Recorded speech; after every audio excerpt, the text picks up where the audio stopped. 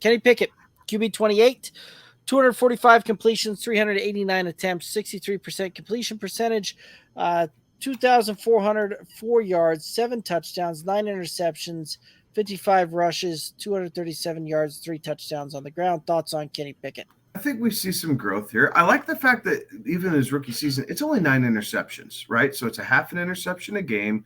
You can live with that as an offense, and the Steelers in particular are going to play risk adverse football. I do think they open the reins a little bit more for him as the season goes on. You'd like to see him get north of 3,000 yards. You'd like to see him end up with somewhere 18 to 22, somewhere in that 5 touchdown range for the end of the year. And, if you can get 20 touchdowns out of him, you can deal with 11 interceptions, right? But you need that positive ratio as they continue to do things, because in that division, there are going to be times where you just have to be able to sling it, right? And these short 2-yard completions to Deontay Johnson aren't always going to cut it. But now he's seen a full season at quarterback. He doesn't have to look over his shoulder. He is the commander-in-chief there. So another offseason of knowing that you're the guy, and we're just going to run with it. So he's a guy that in Superflex leagues, he's another guy that I look at for my third quarterback.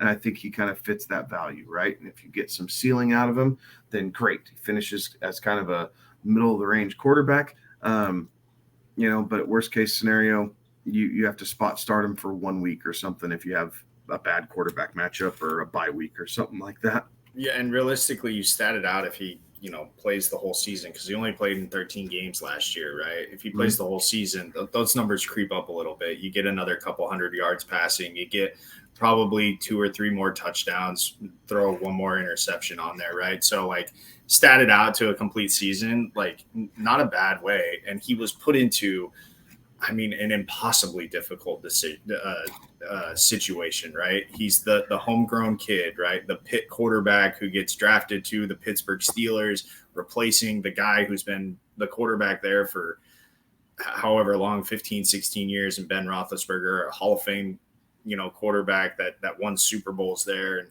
right, I think there will be growth that we see out of Kenny Pickett. I understand the whole, third quarterback in the super flex. That's a very fair assessment of him, but he's not a bad second option in a super flex league either.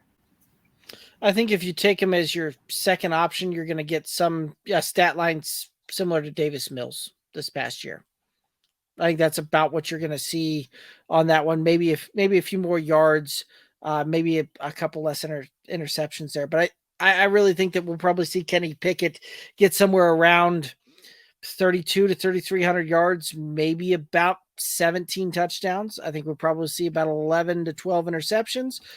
He will do a little bit of work on the ground, right? Wouldn't surprise me to see him get maybe 300 to 400 yards rushing and another 3 touchdowns on the ground. So I think that's one of the things that can kind of separate him out and maybe bump him up there a little bit.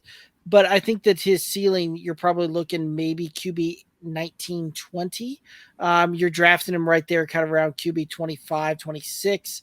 And that's I think you're going to kind of draft what you get kind of thing. It's not going to be one of those that, you draft him late and you see this massive outperformance from him. I think where you draft him at is about where you can expect it. And, it'll be serviceable QB2, but it's not going to be necessarily anything that sets your world on fire for QB2. But as a QB3, love that as a fill-in type of option.